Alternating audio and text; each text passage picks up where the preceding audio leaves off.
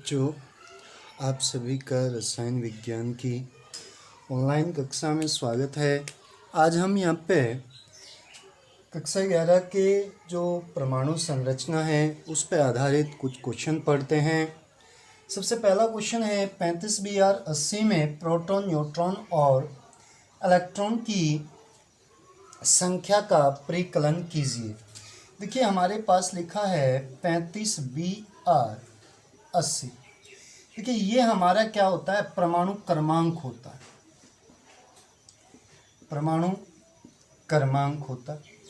ये क्या है, हमारा परमाणु भार या द्रव्यमान संख्या परमाणु भार है। देखिए जो परमाणु क्रमांक है, परमाणु क्रमांक बराबर होता है प्रोटॉनों की संख्या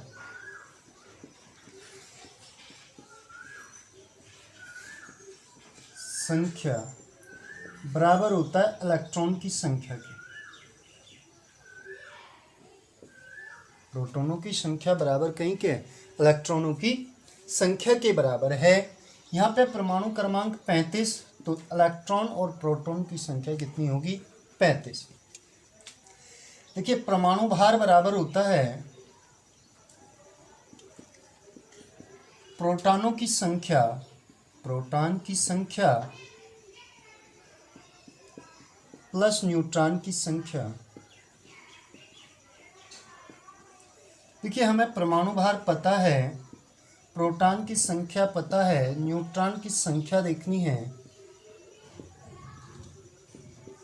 तो कितना हो गया, न्यूट्रॉनों की संख्या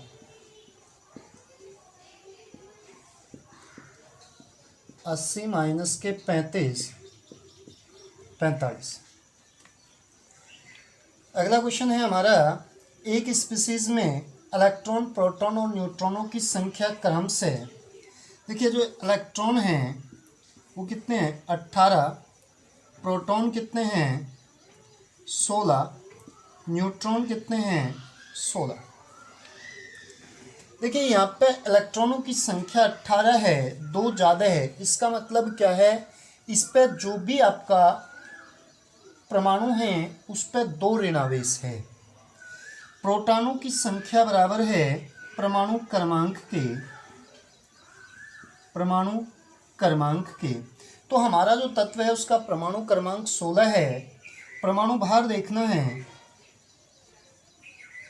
परमाणु भार प्रोटॉनों की संख्या प्लस न्यूट्रॉनों की संख्या कितना हो गया, 16 प्लस के 16 बराबर 32। क्या होता है, 16s 32 सल्फर होता है। लेकिन इलेक्ट्रॉन कितने हैं, 2 ज़्यादा हैं। तो इसका मतलब क्या है, इस पे 2 माइनस हैं। तो हमारा प्रतीक क्या हो गया, सल्फर पे 2 माइनस हैं और परमाणु क्रमांक 16, परमाणु भार 32 है। देखिए हमारा अगला क्वेश्चन है, n बराबर 3 के लिए m का मान ज्ञात कीजिए। n बराबर 3, इसके लिए हमें m का मान ज्ञात करना है। देखिए जो m का मान है, m का मान, l क्या है हमारा, दिंगसी क्वांटम संख्या है और m क्या है, चुंबकीय क्वांटम संख्या। तो चुंबकीय क्वांटम संख्या का मान जो निर्भर करता है -L से शून्य सहित प्लस L तक होता है। जब L बराबर 3 है तो m बराबर -3, -2, -1, 0, 0, +1, +2 और +3 होता है। -3, -2, -1, 0, +1, +2 और +3 होता है। n बराबर 3 के लिए कक्षकों की कुल संख्या ज्ञात कीजिए। देखिए कक्षक कहीं में है, m में आता है चुंबकीय क्वांटम संख्या में। जितने मान चुंबकीय क्वांटम संख्या के होंगे उतने ही मान हमारे कक्षकों के होंगे।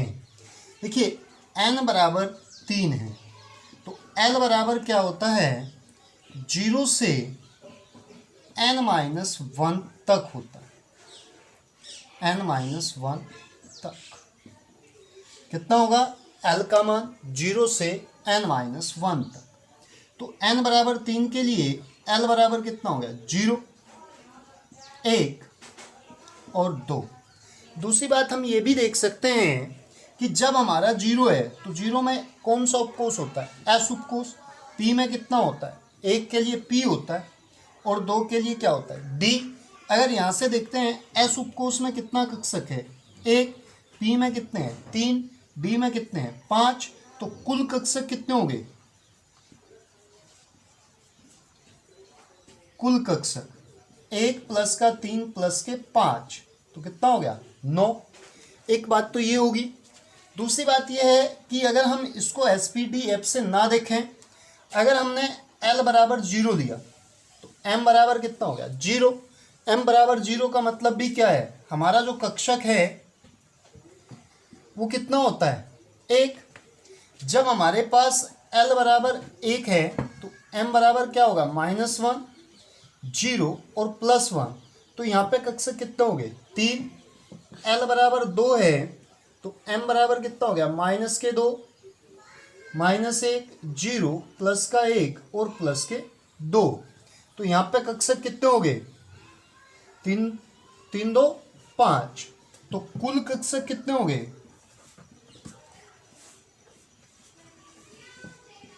1 प्लस का 3 प्लस के 5 कितने हो गए 9।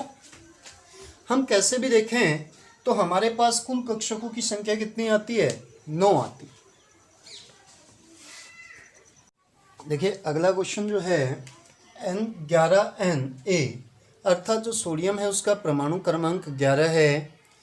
इसके अंतिम इलेक्ट्रॉन के लिए चारों क्वांटम संख्याओं के मान ज्ञात करने हैं। देखिए जब हमें चारों क्वांटम संख्याएं बतानी हैं तो सबसे पहले हम इसका क्या करते हैं इलेक्ट्रॉनिक विन्यास करते हैं। सोडियम का इलेक्ट्रॉनिक विन्यास 1s2 2s2 2p6 3s1 होता है। क्या होता है 3s1 होता है। हमें अंतिम इलेक्ट्रॉन बताना है तो हमारा अंतिम इलेक्ट्रॉन किस में जाता है 3s1 में जाता है। देखिए जो 3 लिखा होता है वो क्या है मुख्य क्वांटम संख्या, तो n बराबर कितना है 3। l देखिए l का मान 0 से n-1 तक होता है, लेकिन यहाँ पे कौन सा उपकोष है s उपकोष के लिए l का मान 0। जब l का मान 0 तो m का मान भी कैसा होगा 0 होगा। देखिए जो हमारा s है उसमें एक इलेक्ट्रॉन है और पहला इलेक्ट्रॉन कैसा होता है क्लॉकवाइज, तो हमारे पास s बराबर कितना हो गया प्लस का 1/2। क्लॉकवाइज है तो कैसा होगा प्लस का 1/2 होगा। अगला क्वेश्चन ये कहता है हमारा SPDF संकेतन का प्रयोग करके निम्न क्वांटम संख्याओं वाले कक्षकों के बारे में बताइए। हमें अब कक्षक बताने हैं जब हमें क्वांटम संख्या दी हुई है। देखिए n का मान 2 है, l का मान 1 है। n का मान 2 है तो मुख्य कोष हो गया। l की 1 किसके लिए आता है p उपकोष के लिए, तो कौन सा कक्षक हो गया 2p। n बराबर 4 है, l बराबर 0, तो 4 कक्षक हो गया। l का मान किसके लिए हो गया s के लिए 4s हो गया। ऐसे ही n का मान 5 है, l बराबर 3, 3 किसके लिए आता है। देखिए अगर हम देखते हैं l बराबर 0 1 2 और 3 s p d और f होता है। n का मान पहले लिखा जाता है, 3 आया तो 5s हो गया। इसके बाद 3 l का मान 2 है तो 2 किसके लिए आता है d उपकोष के लिए आता है, तो 2d हो गया। तो ये हमारे क्या हो गए कक्षक हो गए जिसमें हमारा क्या जाता है इलेक्ट्रॉन जाता है जो क्वांटम संख्याओं को प्रदर्शित करता है।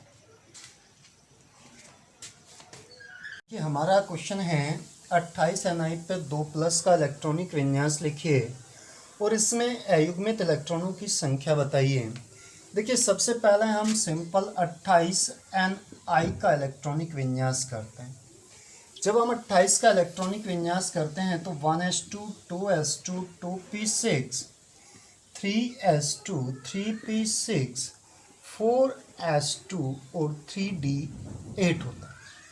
देखिए जो ये इलेक्ट्रॉनिक विन्यास है, अब हम इसे किसके क्रम में करते हैं, अपने कोष के क्रम में करते हैं। देखिए जैसे 1s2, 2s2, 2p6, 3s2, 3p6, 3d8, 4s2। अब हमें क्या करना है, Ni पे 2 प्लस करना। Ni पे 2 प्लस करने का मतलब क्या है, इसमें जो इलेक्ट्रॉन हैं उन 2 इलेक्ट्रॉनों का वो त्याग करता है। और कौन से 2 इलेक्ट्रॉन, जो सबसे आउटर सेल में होते हैं, और आउटर सेल क्या है 4s2। जब इसके 2 इलेक्ट्रॉन चले जाते हैं तो 1s2, 2s2, 2p6, 3s2, 3p6, 3d8 अयुग्मित electron बताने हैं। तो हमारे पास क्या है 3d8, डी में कितने कक्षक होते हैं 5, 1, 2, 3, 4। आपको पता है कि हम हुंड के नियम से पहले एक एक इलेक्ट्रॉन भरते हैं, उसके बाद हम इलेक्ट्रॉनों का युग्मन करना प्रारंभ करते हैं। तो कितने हो गए 8। हमारे पास अयुग्मित इलेक्ट्रॉन कितने बचे 2। तो अयुग्मित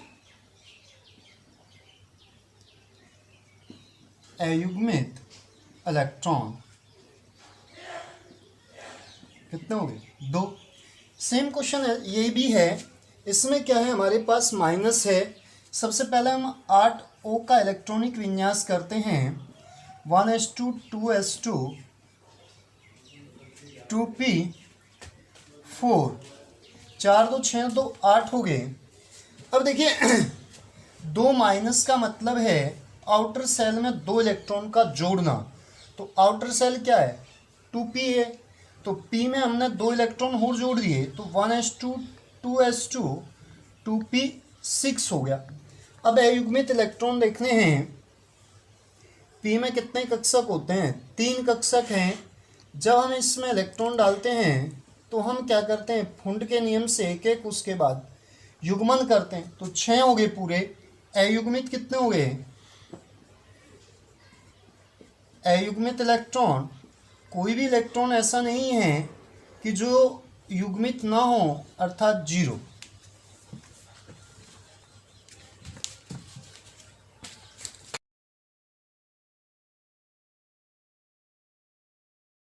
देखिए हमारा जो क्वेश्चन है, एक इलेक्ट्रॉन किसी 3D कक्षक में है, इसके लिए n, l और m के मान बताइए।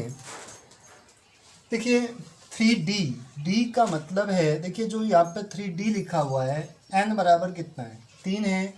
l का मान D उपकोष के लिए कितना होता है 2 होता है, क्योंकि हमारा जो l है, l का मान कितना होगा 0 से n-1 तक होता है 1 2। तो यहाँ पे S, P और D के लिए कितना हुआ 2। अब हमें क्या ज्ञात करना है, m पर देखना है। देखिए जो m का मान है, m का मान वो क्या होता है -L से शून्य सहित +L तक होता है। -L से शून्य सहित +L तक होता है। तो यहाँ पे कितना हो गया -2, -1, 0, +1 और +2। अगला क्वेश्चन ये है, किसी तत्व के परमाणु में इलेक्ट्रॉन, जो इलेक्ट्रॉन है वो कितने हैं 29 हैं, जो न्यूट्रॉन है वो 35 हैं। इसमें प्रोटॉनों की संख्या ज्ञात कीजिए। प्रोटॉन P कितना होगा देखिए प्रोटॉन P और न्यूट्रॉन, देखिए इलेक्ट्रॉन और प्रोटॉनों की संख्या क्या होती है बराबर होती है।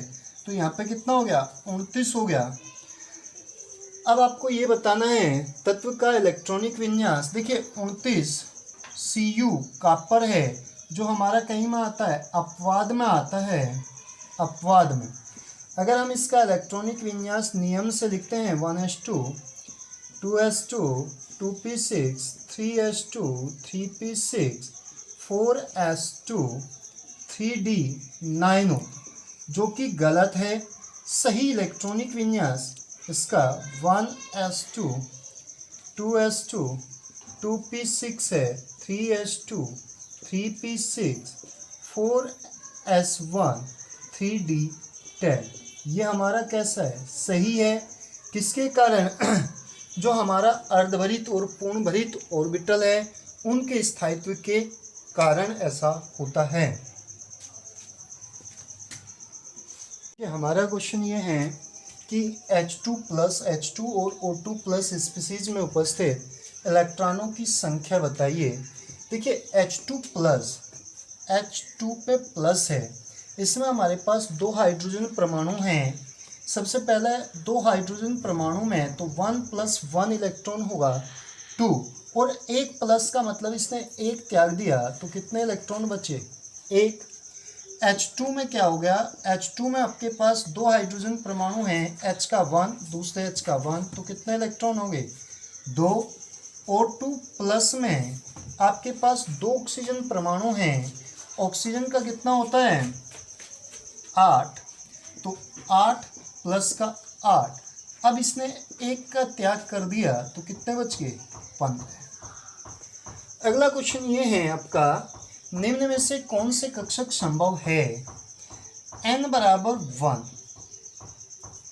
1p में n बराबर 1।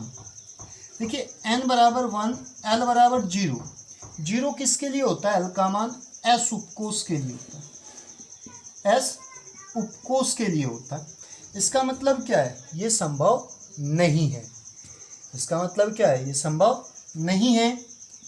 n बराबर 2, l बराबर कितना हो गया 0 और 1, n-1, तो यहाँ पे s उपकोष के लिए कितना हो जाएगा 0, तो ये कैसा है, संभव है। n बराबर 2, तो l बराबर कितना है 0 और 1, तो p उपकोष में कितना आता है 1 आता है, तो ये भी संभव है।